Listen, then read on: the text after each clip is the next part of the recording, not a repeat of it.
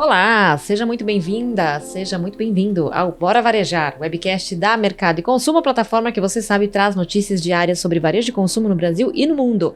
No portal mercadoeconsumo.com.br, no YouTube, no webcast, né, que a gente faz aqui, ou, se você preferir, você ouve também na plataforma agregadora aí de podcasts preferida sua, e nas redes sociais a todo instante, a todo minuto, falando sobre varejo, sobre consumo de maneira geral, food service, franquia, shopping centers, tecnologia, que é um dos assuntos nossos aqui hoje. Eu sou a Ana Freitas, editora executiva da Mercado e Consumo. É um prazer estar aqui com você novamente. Ao meu lado, nosso editor Gustavo Groman. Tudo bem, Gustavo? Tudo bem, Ana. Sempre um prazer dividir a bancada do Bora Varejar com você.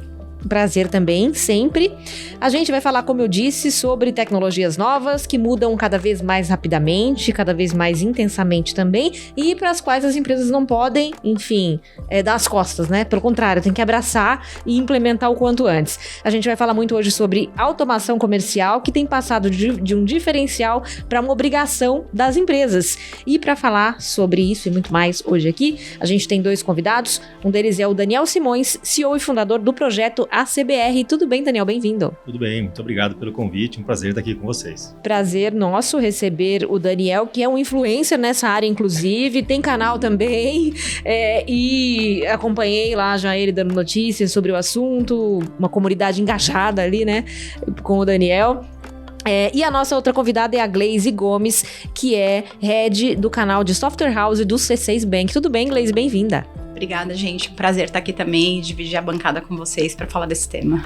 Prazer é nosso e vou dizer que pra gente é um tema árduo, de certa maneira, em termos de entender mesmo, né? De explicar pro nosso público também. Que hoje é o dia de tirar todas. É verdade. Vocês não saem daqui até a gente tirar todas as dúvidas.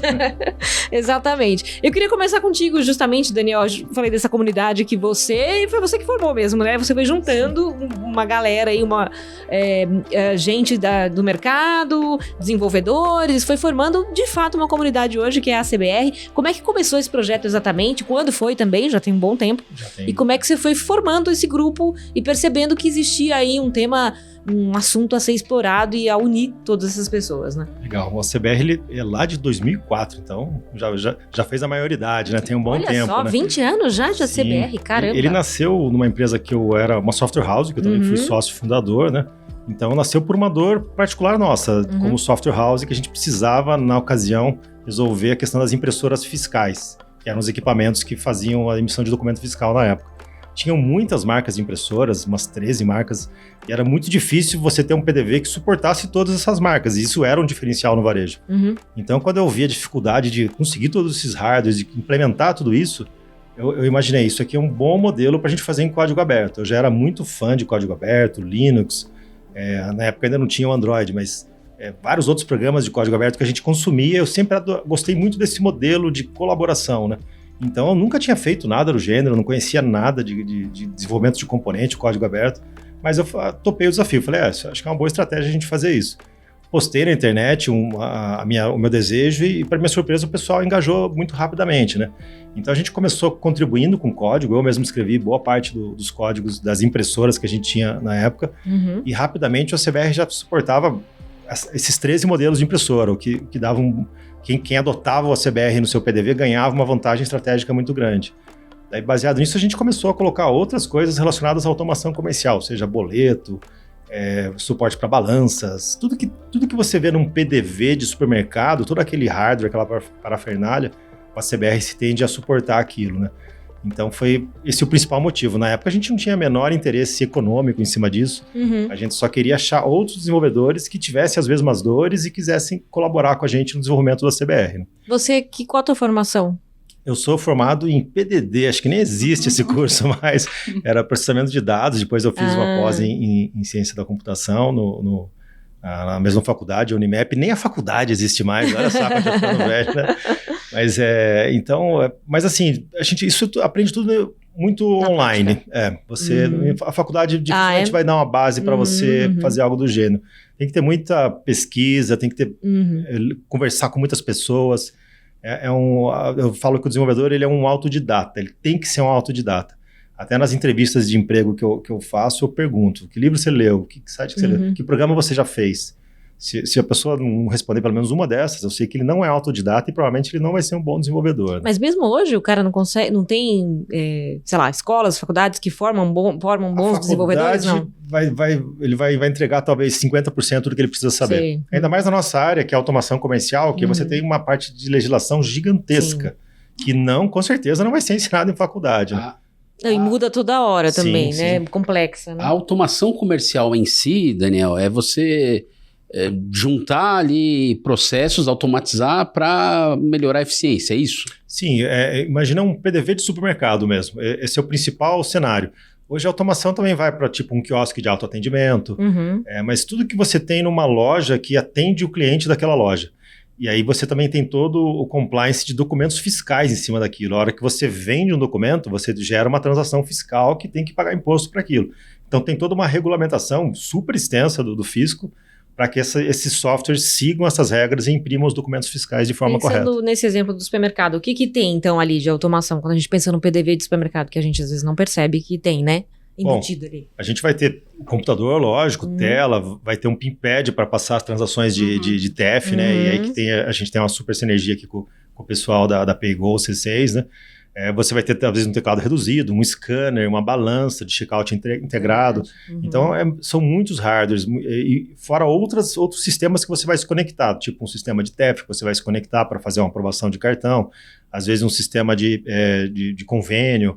Então, o PDV parece ser uma operação super simples, né? Quem olha de fora, um sistema, mas é um sistema complexo. Ele tem muita coisa ali, um PDV muito bem feito, ele demora vários anos para ser formado. Quer dizer, hoje, com toda essa junção, ele ainda é complexo. Antes, então, quando era tudo separado... Hoje é mais integrado, né? Hoje depende muito, é missão crítica, né? Se você for num food, se você for no supermercado e o sistema dele cai, ele fica sem vender. Verdade. É a missão crítica, é lucro cessante. Então, esses sistemas, eles têm que ser a prova de intempéries muito fortes. Por exemplo, um PDV de supermercado bom, ele funciona mesmo offline. Ou seja, caiu a internet, isso aqui ele continua vendendo. Ele tem que ter essa característica, porque senão para a operação do cliente e ele para de vender, né? Total. Qual a relação prática, Glaze, entre automação comercial e meio de pagamento? O Daniel já deu um spoiler aí, né? Ele já falou muito das coisas que a gente entende como os benefícios de integração de uma automação. Hoje, se você pensar principalmente do pequeno e do médio varejo, que vamos pensar da realidade das pessoas que estão empreendendo. O dono é o que faz toda a gestão ali, ele acaba fazendo todas as partes do negócio e a gestão operacional do negócio dele. Então, o sistema de automação acaba simplificando a operação e a gestão operacional do negócio. Aí eu vou dar alguns exemplos que, além de todas que o Daniel citou aqui, você tem uma conciliação centralizada de vendas, por exemplo, que você consegue super ajudar na hora dele fazer o fechamento do caixa, que isso é extremamente importante, pensando quando ele tem um quadro reduzido, você ajuda inclusive na eficiência de custos do dono ali do estabelecimento. Você pensa na questão de fraude, né? O TEF, por exemplo, você tem um suporte para fraude, para gestão de estoque. Então, você tem uma série de benefícios que hoje, quando a gente pensa tanto no pequeno quanto no médio, nos grandes, isso já era uma realidade, você precisa de uma automação comercial. Então, hoje, para você chegar nesse cliente, hoje a primeira relação você vai abrir uma empresa, você precisa de um contador, depois precisa de uma automação. Depois da automação, ele vai decidir de todas as outras coisas, e aí hoje a gente tem embarcado uma série de outras soluções, né? Então, como o Daniel citou aqui, a gente vê um movimento de obrigatoriedade fiscal, que o governo tem feito esse movimento, e qual que é o grande desafio que a gente vê aqui muito em conjunto, né? Como é que a gente traduz uma obrigação que acaba sendo um lado ruim para esse cara, que você está colocando mais custo para a operação dele, levando benefício? Porque se você traduz isso em jeitos de reduzir a fraude dele, controlar o estoque, avançar a fila mais rápido, dar segurança, você fazer uma série de outras coisas, se você conseguir fazer tudo isso, você sai da esteira só de custo e você leva benefício. Então, esse casamento entre automação e o que a gente está fazendo, não só pagamentos, mas a ideia é avançar para banking, avançar para outros serviços. Acho que isso fica super completo pensando, e assim, falando São Paulo, que é uma realidade que não representa o Brasil, já é importante, imagina quando a gente avança para outros lugares, né? Então, é um pouco disso. E em que lugar que a gente está nesse mercado, assim? olhando para fora, né? Falando no Brasil, a gente está bem, a gente tem muito o que evoluir ainda. Eu olho, assim, o Brasil e, assim, acho que, na minha opinião, o Brasil está muito à frente, pensando, assim, a gente já tem transações parceladas, o Pix veio para inovar muito, assim, o pessoal vem de fora para aprender com as coisas que a gente está fazendo, nível de segurança e fraude, a gente tem, por exemplo, para transação não presencial, a segurança 3DS, então a gente tem muita coisa aqui que acho que o Brasil está bem à frente pensando nessas soluções. Obviamente que até trazendo a história do Pix, tem muita coisa para se fazer. Ele traz muitas coisas, mas ainda a jornada não é fluida, né? Para chegar numa jornada fluida de um cartão, tem muita coisa para ser feita ainda, né? Mas você traz muita novidade comparado com outros mercados, né? Acho que a gente está bem posicionado. Estão se falando agora do Pix por aproximação, né? Agora em debate aí, né? Eu gosto sempre de falar sobre isso, da nossa visita a Nova York no começo desse ano, para cobrir a NRF lá, e a gente estava viajando com uma delegação, eram muitas pessoas, né, tal. Então muitas vezes a gente sentava à mesa para almoçar, para jantar, tal, e ia dividir a conta, né, e a gente sofria com pagamento. Esse hábito, né? A gente sofria com pagamento lá de cartão de crédito, principalmente, porque tinha um limite por mesa de divisão de cartão em muitos lugares, né?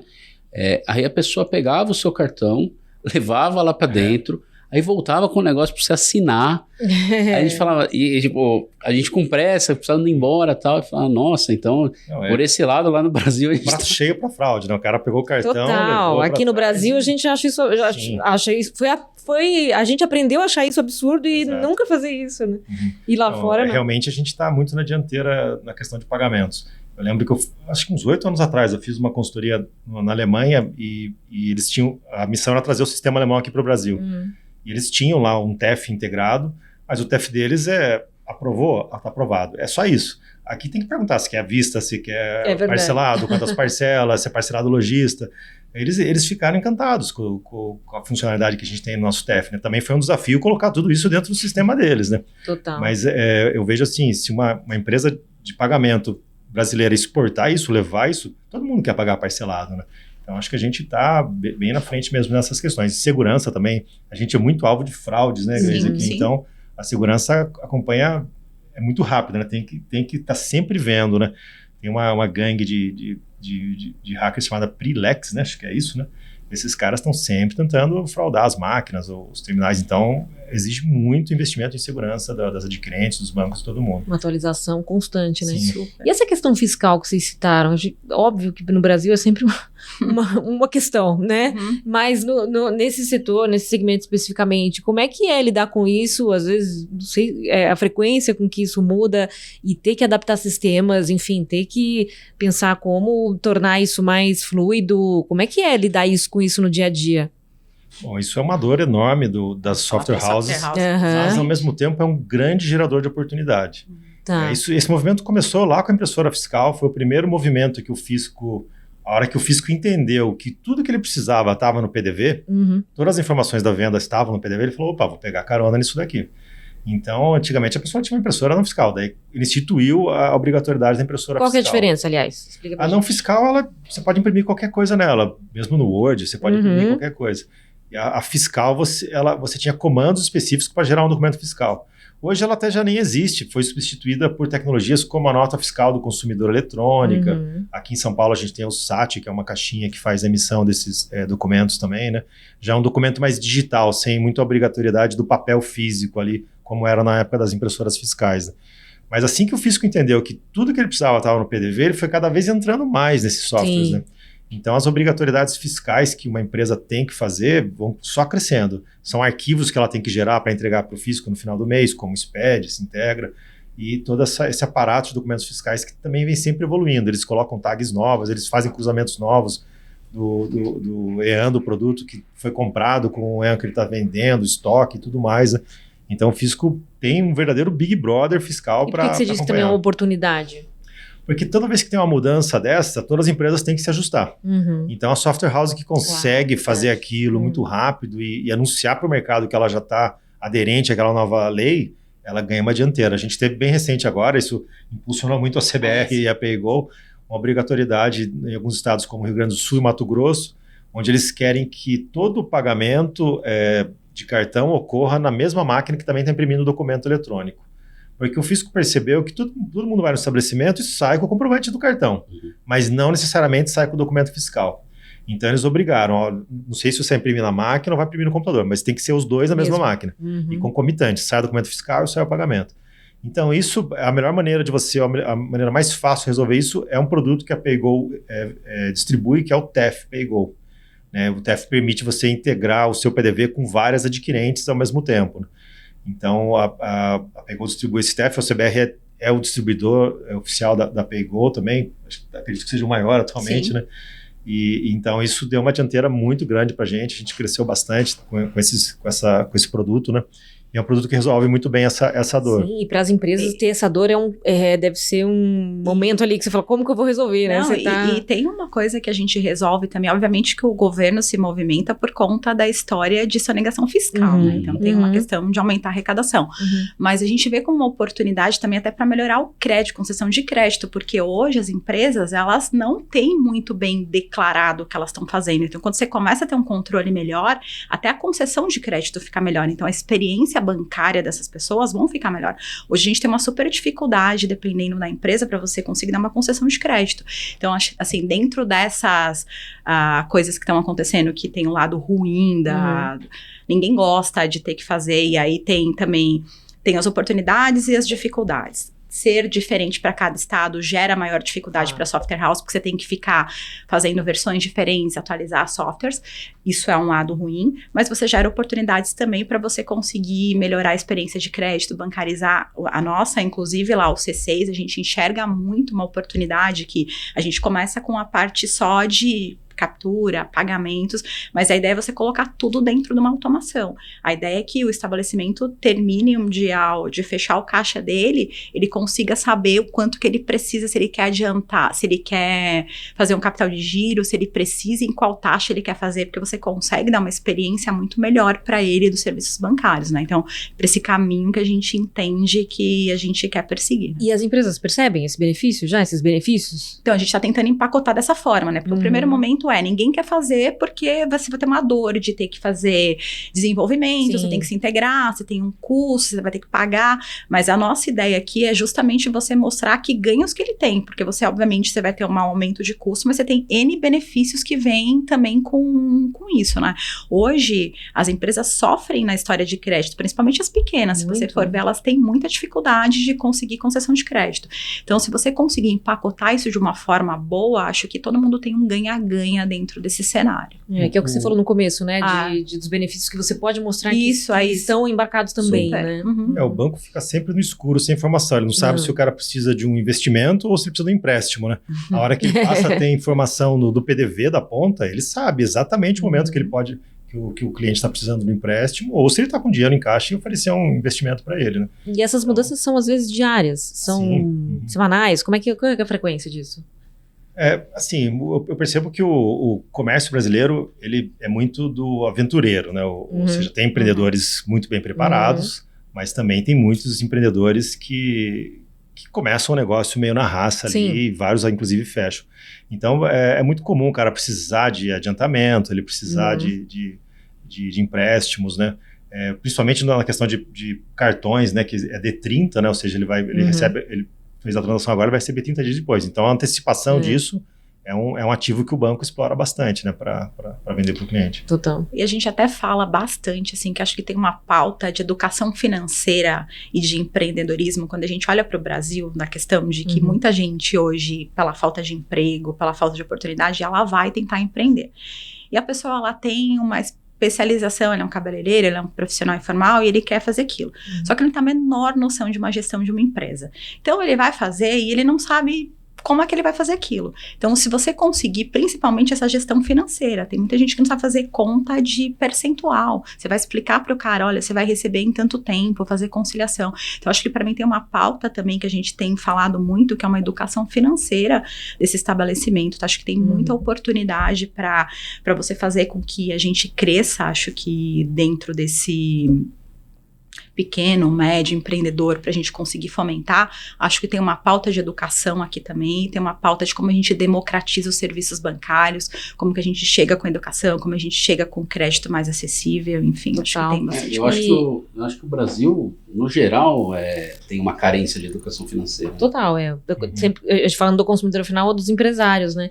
E acho que também tem essa pauta de educação, também tem uma pauta aí de parceria, né, do cara, o empreendedor que vai começar sozinho, às vezes por necessidade, como você comentou, mas ele saber que tem ali, enfim, empresas pensando nisso para ele, porque ele não vai ter essa expertise, não vai talvez desenvolver, né, num prazo tão curto, ele ter parcerias ali em que ele confia, né, um banco em que ele confia, um fornecedor, enfim, de serviço, de produto que ele confia, ajuda ele nesse momento também, né? Super. Eu acho que tem um ponto que a gente discute muito, que a relação com o banco, se você pensar em nota de satisfação, né? As pessoas nunca ficam satisfeitas, porque elas sempre olham o banco como, o banco tá querendo me cobrar tarifa, não sei o que, tem uma série de coisas. Tanto que a proposta do C6 foi não cobrar tarifa, fazer uma série de mudanças um pouco nisso, porque tem uma questão de insatisfação, a pessoa não fica satisfeita. Se você fizer tudo certo, mesmo assim não tem uma satisfação. Então a gente entende que até para você chegar nesse cliente, você tem uma barreira. Então a gente vê que para você chegar com automação, ao contrário de uma automação comercial, ele confia no cara que está ajudando ele na automação. Porque é o cara que desenvolveu o software dele, que está ajudando ele a fazer a melhor gestão, que está ajudando ele na economia, que ajudou ele a fazer uma série de coisas. Então toda a recomendação que vem, então a gente vê muito isso, né? Como é que a gente empacota e de verdade levando benefícios? Como é que você rompe essa barreira de falar, calma, a gente está querendo te levar uma solução mesmo. A gente está junto, né? A gente está junto. Obviamente que todo mundo tem que ganhar ali no meio do negócio. Mas como é que você leva de uma forma de democratizar mesmo, né? Assim, o C6, por exemplo, não cobra tarifa, o Pix de graça, tem uma série de coisas, porque é um jeito de você chegar também em clientes que estavam em bancos tradicionais, que tinham um modelo diferente. E a gente está com essa proposta, e ir com uma automação, ir com alguém que já tem esse relacionamento, você chega muito mais fácil. Total. E hoje toda empresa vai precisar de tecnologia. Um pipoqueiro vai precisar ter uma maquininha de cartão, né? Então não tem como você ter uma empresa hoje sem sistema, né? Isso é uma decisão que ele tem que ter.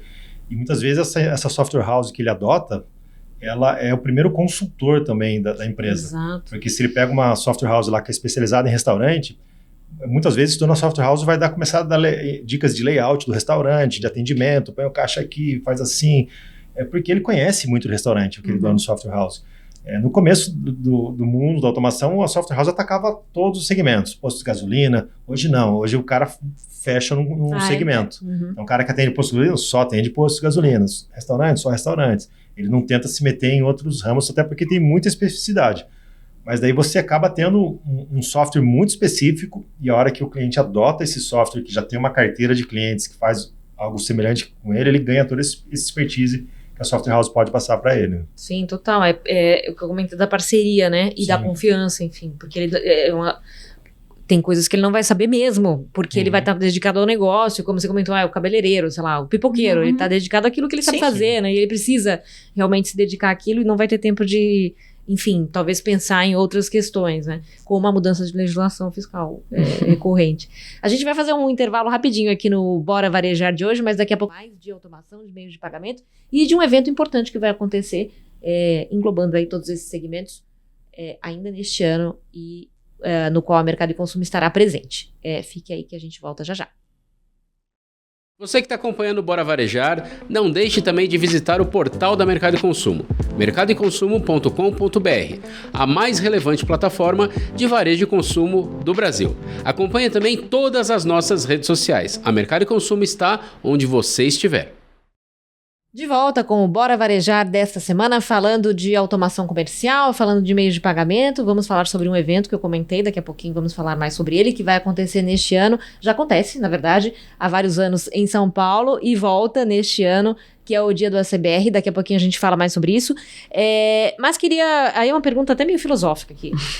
A importância da automação comercial para o mercado hoje, né? Bom, a gente já viu, pelo que vocês falaram aqui, que não dá para ficar sem, né? Em vários aspectos. Mas por que é fundamental hoje? E até quando a gente fala de pequenos, como vocês comentaram, o pipoqueiro, o cabeleireiro, enfim, os pequenos microempresários ali. Bom, acho que começa pela parte fiscal. Muitos dos negócios, eles vão estar com algum julgo de fiscal que ele precisa de um sistema para emitir algum documento eletrônico ali para fazer a parte tributária dele. Então, durante muito tempo, esse foi o principal motor de venda da software house. Os clientes compravam aquilo. É muito comum, até aqui em São Paulo, você às vezes vê um restaurante, por exemplo, tá o PDV num cantinho ali. Aí quando alguém pede nota, ele vai lá e tira a nota. Mas fora isso, ele vai direto na maquininha do cartão ali. Esse restaurante, ele está semi-automatizado. Ele tem a balança, mas ele não está fazendo uma gestão. Ele tá suscetível a fraude ali, se o operador não digitar o valor correto na maquininha. Ou se alguém trocar aquela maquininha por outra, como já acontece muito aqui no Brasil. Então, ele não está usando todo o recurso de automação a favor dele. E a gestão dele também é bem mais complexa. A gestão é complexa. Dia, não? Sim. Então, aí é um pouco de falta até de visão desse lojista, desse empresário, achando que aquela automação atrapalha ele. Ele vai, sim, gastar um tempo para ser treinado, para entender, treinar o pessoal dele. Ele vai ter que fazer isso. Isso é de certa forma, uma dor, né? Para ele se adaptar a isso, né? Mas ele vai escolher um sistema bom, que talvez seja um pouco mais caro, um sistema que faça a integração e a gestão de tudo mesmo, né? Mas a partir do momento que ele faz isso, ele ganha muito em produtividade. Os riscos dele diminuem muito, ou seja, ele consegue fazer uma gestão remota, com segurança, ele não precisa ficar ali olhando para saber se estão roubando ele. Então tem muitos benefícios a hora que ele faz uma automação como deve ser feita, uma automação que no fim completa, são financeiros, né? Também, sim, né? Sim. Então, acho que tem uma boa parte que quer só cumprir a lei, ou seja, usa a automação só para emitir o documento fiscal, e daí tem um novo pessoal que está enxergando a automação como uma ferramenta estratégica para vender mais rápido, para vender melhor, para atender melhor o cliente dele. Você está falando desse que não faz isso ainda no total? Você está falando de pequenos só e médios ou você está falando de grandes também? Pequenos e médios. Os grandes já perceberam bastante a vantagem, e como eles têm são várias lojas. Daí a automação passa a ser muito necessária para o negócio dele, para ele ter controle disso tudo, para ele ter um dashboard geral de quantas lojas estão vendendo, qual é o estoque de cada uma delas.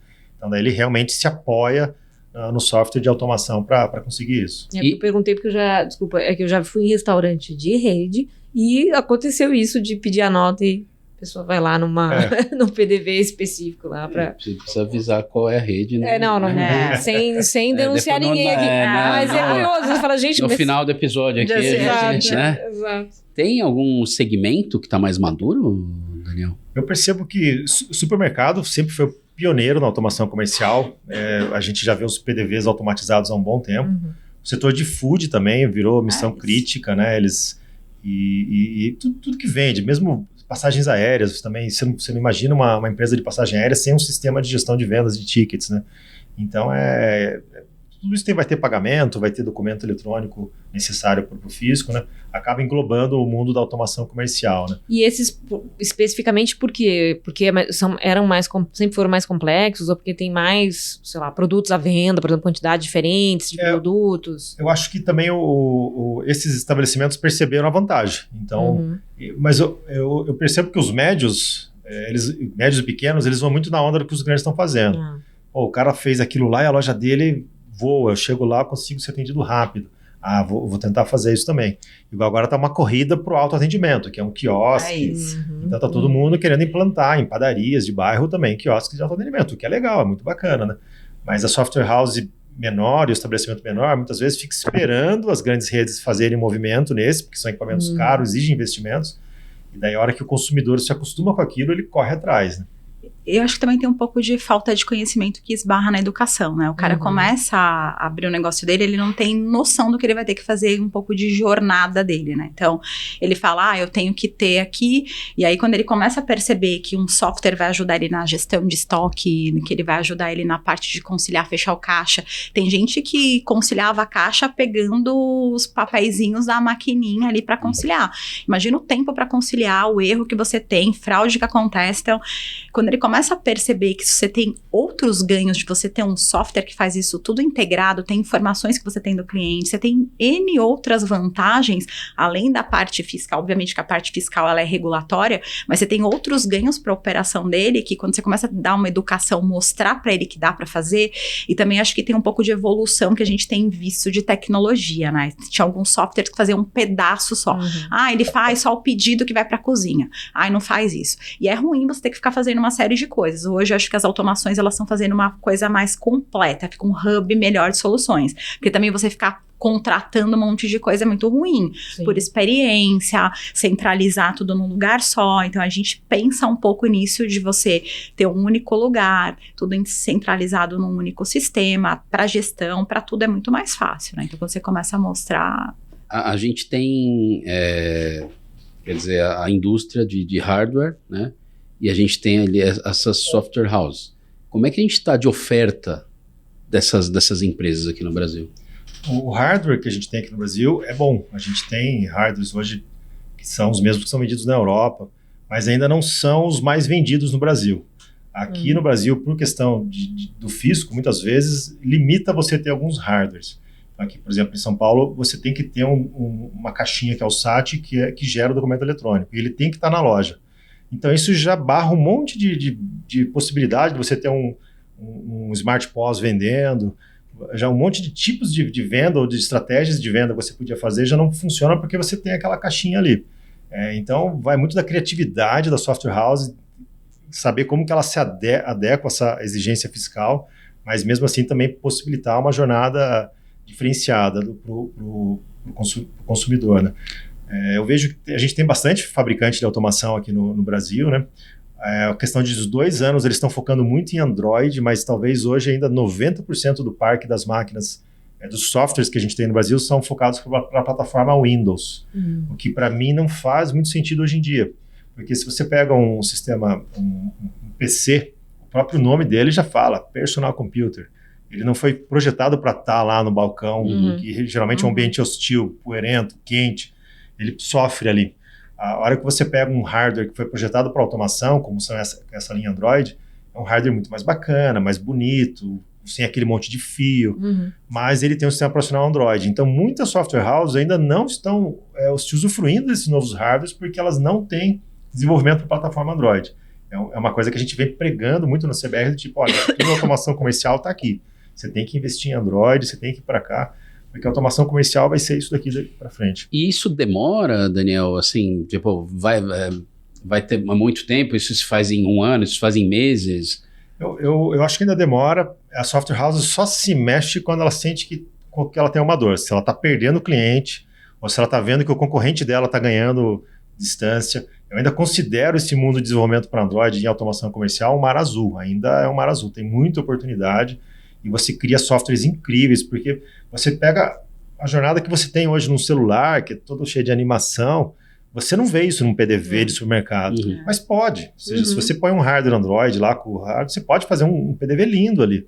Então, poucas software houses enxergaram essa oportunidade, e as que enxergaram ganharam uma dianteira incrível. A gente conhece uma que tem relacionamento com o pessoal da Tectoy, que é do interior de São Paulo, e ele ganhou uma rede de franquias muito grande, porque o fornecedor antigo não queria investir em Android. Então, assim, ainda é um mar azul, muita oportunidade. Eu queria perguntar uma coisa, voltando para o Daniel, que você falou de treinamento, né? Que às vezes o lojista, enfim, fala, putz, não vou fazer essa mudança agora porque requer que o meu pessoal aprenda a usar e tudo mais. Como é feito esse treinamento? Quem faz? Geralmente é software house. Às vezes a software house entra no cliente junto com algum consultor também, que daí ele vende esse treinamento. Mas é muito difícil parar o lojista. Ele está na correria dele do dia a dia. Se o dono não pôr na cabeça que ele vai ter que fazer aquilo para valer, ele não faz. Ele aprende o básico só para conseguir emitir o documento fiscal, depois ele usa um recurso a mais. Tá, no dia a dia. E no fim ele acaba não usando muito bem. A Glaze citou também a questão de integração, que o sistema de automação comercial, historicamente, ele ia até o recebimento. Aí no recebimento ele não tinha integração com a maquininha de cartão. Então o PDV não falava com aquela máquina de cartão. E para software house tudo bem isso, né? Ele fala, não, meu sistema vai aqui, no final ele só preenche se quer dinheiro, cartão, ele só diz isso e pronto, fecha a venda. Mas não tinha uma integração real com aquela máquina. Então, ou seja, se o operador tinha que redigitar o valor aqui, e se ele não fizesse isso da forma correta, era fraude, era erro e tudo mais. Então, a Paygo com o TEF dela, com as soluções de TEF dela, resolve bem isso, né? Só que tem um custo, ou seja, ele tem que contratar o TEF. Então, muitas vezes a software house, o lojista fala, mas é um custo a mais para mim. Não, é um recurso a mais para você. Então, é muito como se apresenta, né? Se você faz uma conta de quanto aquilo vai economizar, né, de tempo ou de possibilidades de fraude no fim do dia, aquilo se paga, né? Total. Mas muitas vezes o lojista Enxerga, ou né? até mesmo a software house não enxerga isso. Ela fala, não preciso disso. E aí, para a Glaze, mas depois se o Daniel quiser complementar também, a gente falou muito aqui de tecnologia, inclusive dessa integração, né? De que espaço de tempo a gente está falando que isso de fato começou a ser realidade no Brasil? Porque entendo que é uma coisa em implementação ainda, certo? Tem empresas mais avançadas e outras menos. A gente falou daqui das pequenas e médias que estão ainda, né, percebendo a vantagem disso. Quando foi que essa chavinha começou a virar, de fato, aqui no Brasil? Porque o setor bancário no Brasil sempre foi super avançado, né? Comparando com outros países, inclusive. Acho que sempre foi referência, pelo menos, né? O setor bancário brasileiro é onde a tecnologia e a inovação chega mais rápido, avança mais rápido, faz muito investimento, às vezes até inova sem saber se aquilo vai, né? Arrisca, digamos assim. Quando a gente fala em automação, quando foi que essa chavinha começou a virar? Eu acho que a automação sempre foi uma necessidade, mas acho que alguns movimentos tecnológicos começam a acelerar quando você começa a dar um pouco mais de luz de tecnologia. Acho que a digitalização também acho que fomenta um pouco disso. O banco, principalmente os bancos, fintechs, todas as empresas que apareceram trazendo novidades. E aí você fala do próprio Pix e das soluções que a gente traz. Isso acelera uma necessidade de integração via API.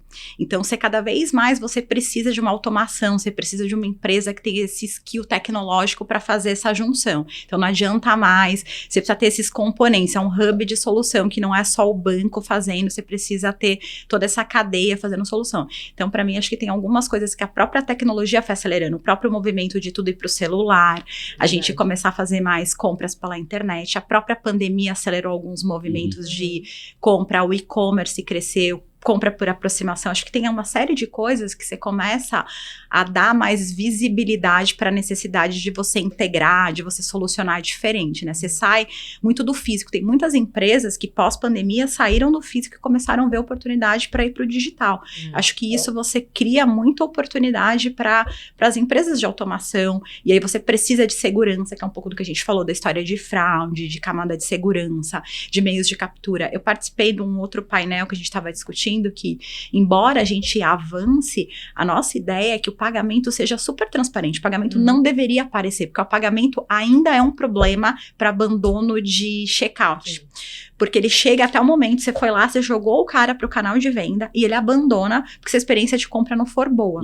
Ele tem que chegar numa experiência que você tem que entender que às vezes o cara não tem limite do cartão, que o banco não aprovou, que você tem que dar mais de uma opção de pagamento para ele. A gente estava discutindo um grande varejista que ele tem um super custo de aquisição para jogar o cliente para dentro do canal e chega ali, tem um abandono super grande na jornada. Então você tem um desafio ainda no setor de como é que a gente torna isso mais fluido, porque ele deveria chegar ali com uma experiência, o próprio... Ele já chegou ali, né? Ele já chegou ali. A parte mais difícil ele já tem foi. Vontade, ele já se impulsionou para comprar, ele entendeu o que é importante para ele, só que ele para no momento ali, porque ele não tem limite no cartão, ou aconteceu que o banco não aprovou na hora e aí ele desiste de fazer a compra. Então acho que tem, tanto para o físico quanto para o digital, no próprio físico, às vezes, a questão de fila. Você tem que, como é que você melhora a gestão de fila do estabelecimento? Os próprios que a gente estava falando do check-in, check-out, é ótimo, porque você resolve algumas dores. Você resolve a questão de funcionário para o varejo. Você vê McDonald's, grandes redes de varejo colocando essa realidade. Você vai lá no Totem e se serve. Você vê franquias conseguindo abrir franquias pequenininhas que você tem uma realidade que ele consegue ter um atendente fazendo ali, o próprio cara faz a experiência toda de pagamento dele. Então, eu acho que tudo isso começou, obviamente que as tecnologias avançaram, mas para mim tem toda essa onda de pandemia que aconteceu, digitalização, enfim, acho que... O brasileiro gosta, né? Super. De autoatendimento, por exemplo. Eu sempre falo que no shopping perto da minha casa, o McDonald's tem fila só no autoatendimento, não tem fila no caixa. E às vezes eu vou no caixa, porque já que não tem fila, né? Mas as pessoas querem usar o totem mesmo, né? A experiência é bacana, né? Mas eu brinco também que o brasileiro gosta de fila. Eu odeio também, fila. Tem isso também. Eu vou dar um exemplo. Eu vou muito ao cinema, né? E, mas já tem anos que eu não falo com o vendedor do cinema, que eu vou direto no totem. E eu fico abismado quando eu chego e tem lá 10 totens, sei lá, e tem tipo uma filinha. Eu falo, gente, vai no Totem. Eu acho que isso é muito cultural, ou até pelo próprio design que a loja monta, né? Acho também. Aqui na Castelo Branco, eu sempre falo no Madeiro, uma loja enorme da Madeiro ali, deve ter uns 50 totens, e é muito comum você ver o pessoal se atendendo. E tem um caixa com um cidadão lá. Eu brinco que ele fica até com depressão, porque ele fica sozinho lá. Ninguém fala com ele. vai falar com ele, né? Mas a loja toda já foi criada para essa estrutura do totem. O totem é super acessível, ele não está num lugar só, está espalhado na loja inteira. Então vai muito de como o lojista também projeta a arquitetura dele para ele fomentar mais o autoatendimento. E o próprio totem, o que ele oferece, né? Porque até quando fala de alimentação, que quando alguém vai te oferecer algo no caixa, você quer sobremesa? A sua tendência é falar não. Você nem ouviu direito o que o cara falou, mas você já fala não, né? Porque você já tem aquela resistência. No totem, você meio que vai explorando e tal. Então você tem, às vezes, o custo, aliás, o ticket médio do totem geralmente é mais alto, né? Do que o Jerônimo, que é do Madeiro, né? Ele não tem opção de caixa. Ele só tem os totens. Só os totens, né? E no começo eu até falei, nossa, não tem caixa. Não que eu fosse escolher o caixa, mas me deu um... E hoje em dia vai direto no... Acho que também vai do perfil da nova geração. Acho que a geração Z prefere autoatendimento. Ela quer fazer tudo sozinha, sem o que os outros vejam que ela está comprando. Eu ia falar que hoje teve um movimento muito grande em vários setores, né? Se a gente pensar, ninguém quer ir num banco, você quer fazer tudo por um app, você não quer, você quer ter uma experiência. O próprio Uber, durante um tempo, era uma questão de economia porque ele era mais barato. Hoje, para mim, acho que é uma questão de uma jornada simples, que você cadastrou o teu cartão, você pede pelo aplicativo. A gente hoje tem uma urgência de 2 minutos e a gente tá achando que tá demorando. Exato. E aí a gente tem aquela sensação, tá demorando. Então, você tem uma sensação transparente. Eu sempre falo que quando a gente conseguir chegar numa... sensação de transparência, você atingir o que a gente precisa para pagamentos, para soluções.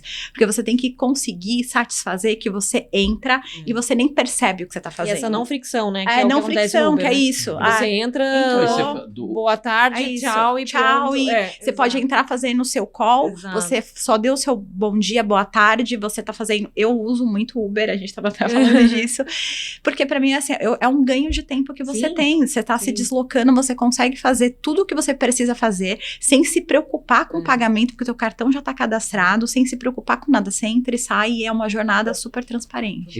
A gente teve uma experiência lá em Chicago, depois que eu parei para pensar assim, né?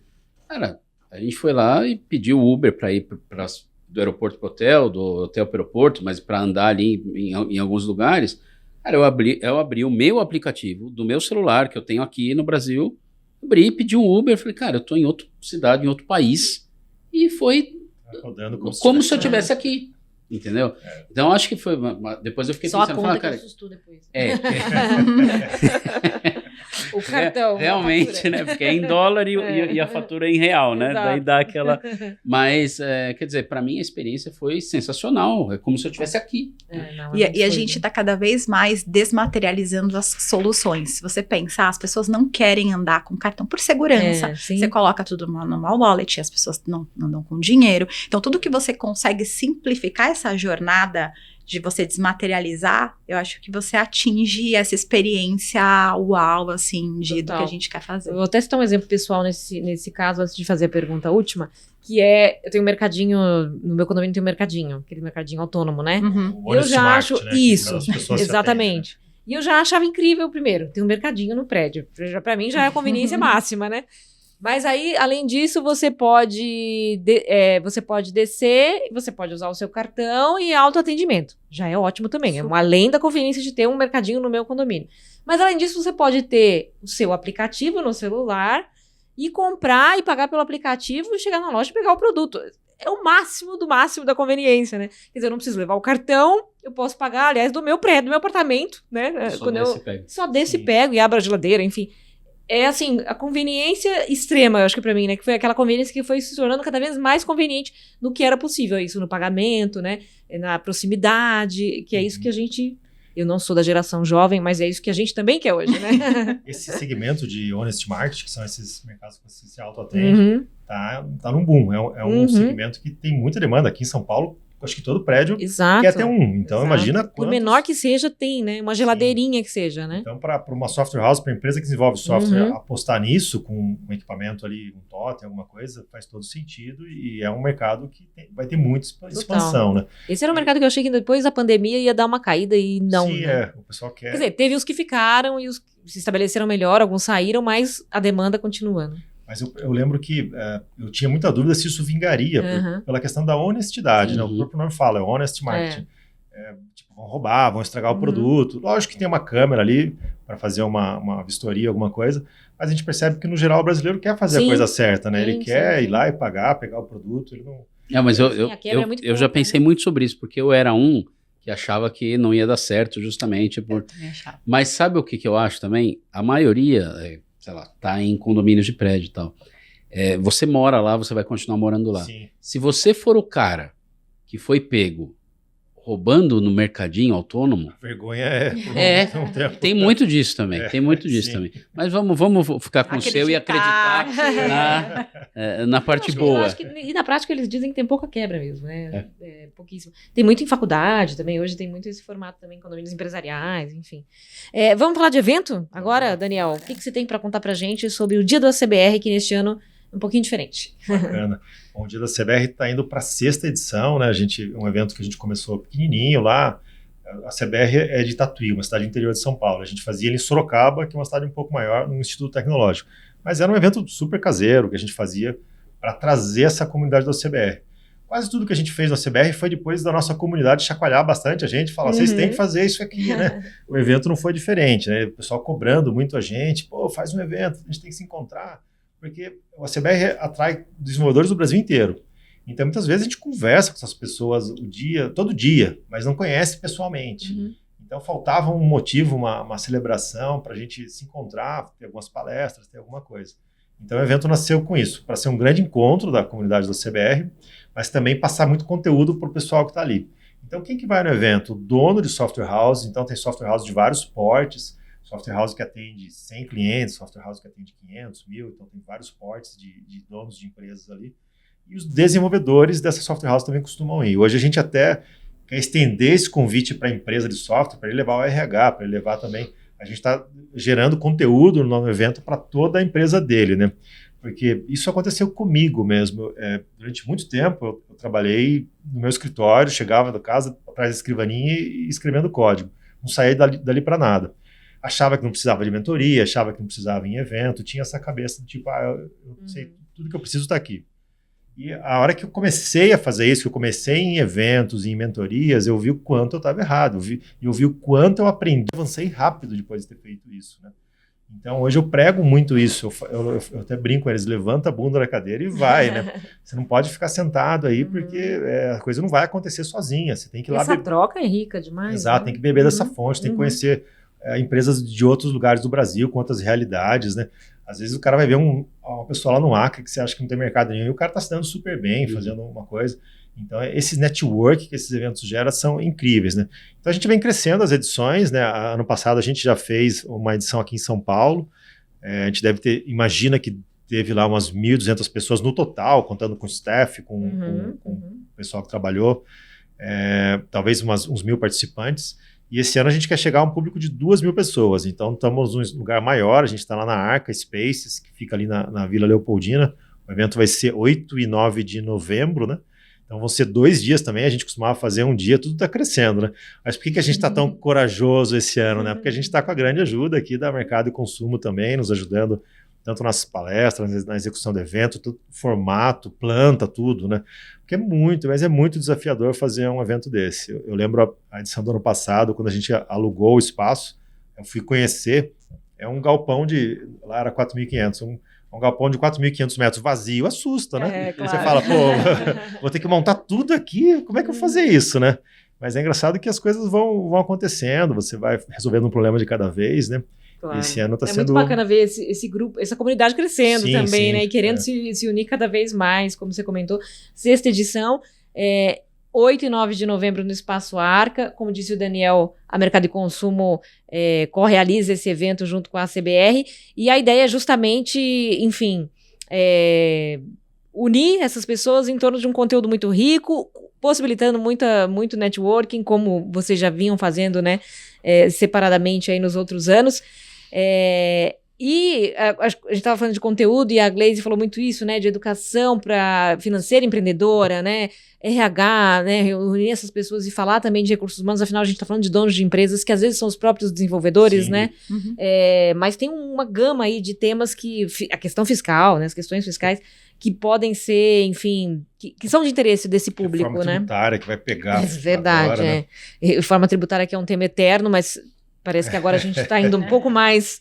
né? Tá tratando de maneira mais prática. E para você, Glaze, o que esse tipo de evento traz? Qual a importância até de reunir essa comunidade e de ter esses momentos de educação, como você comentou, você bateu bastante na tecla aqui da necessidade da educação financeira, né, para o empreendedor. Super, a gente participou no ACBR do ano passado, e foi um evento que a gente entende que não era um evento só para você estar lá para exposição de marca, foi um evento que você consegue exatamente fazer uma troca, explicar da sua solução, conhecer o que o mercado está fazendo, entender um pouco mais. Eles fizeram uma arena para os desenvolvedores, que acho que isso foi muito legal, porque acho que tem algumas entidades que a gente precisa trabalhar e conquistar dentro desse ecossistema, né? Quando a gente pensa muito da pauta de tecnologia, você vai falar com o decisor, que é o dono do estabelecimento e tal, mas o desenvolvedor, ele tem que estar comprado com a solução também. Total, então, eles fizeram uma arena lá que lotou para os desenvolvedores para explicar os códigos, para educar, porque eu acho que essa comunidade aberta, conseguir fazer isso, eu acho que é muito rico o evento. Então, foi super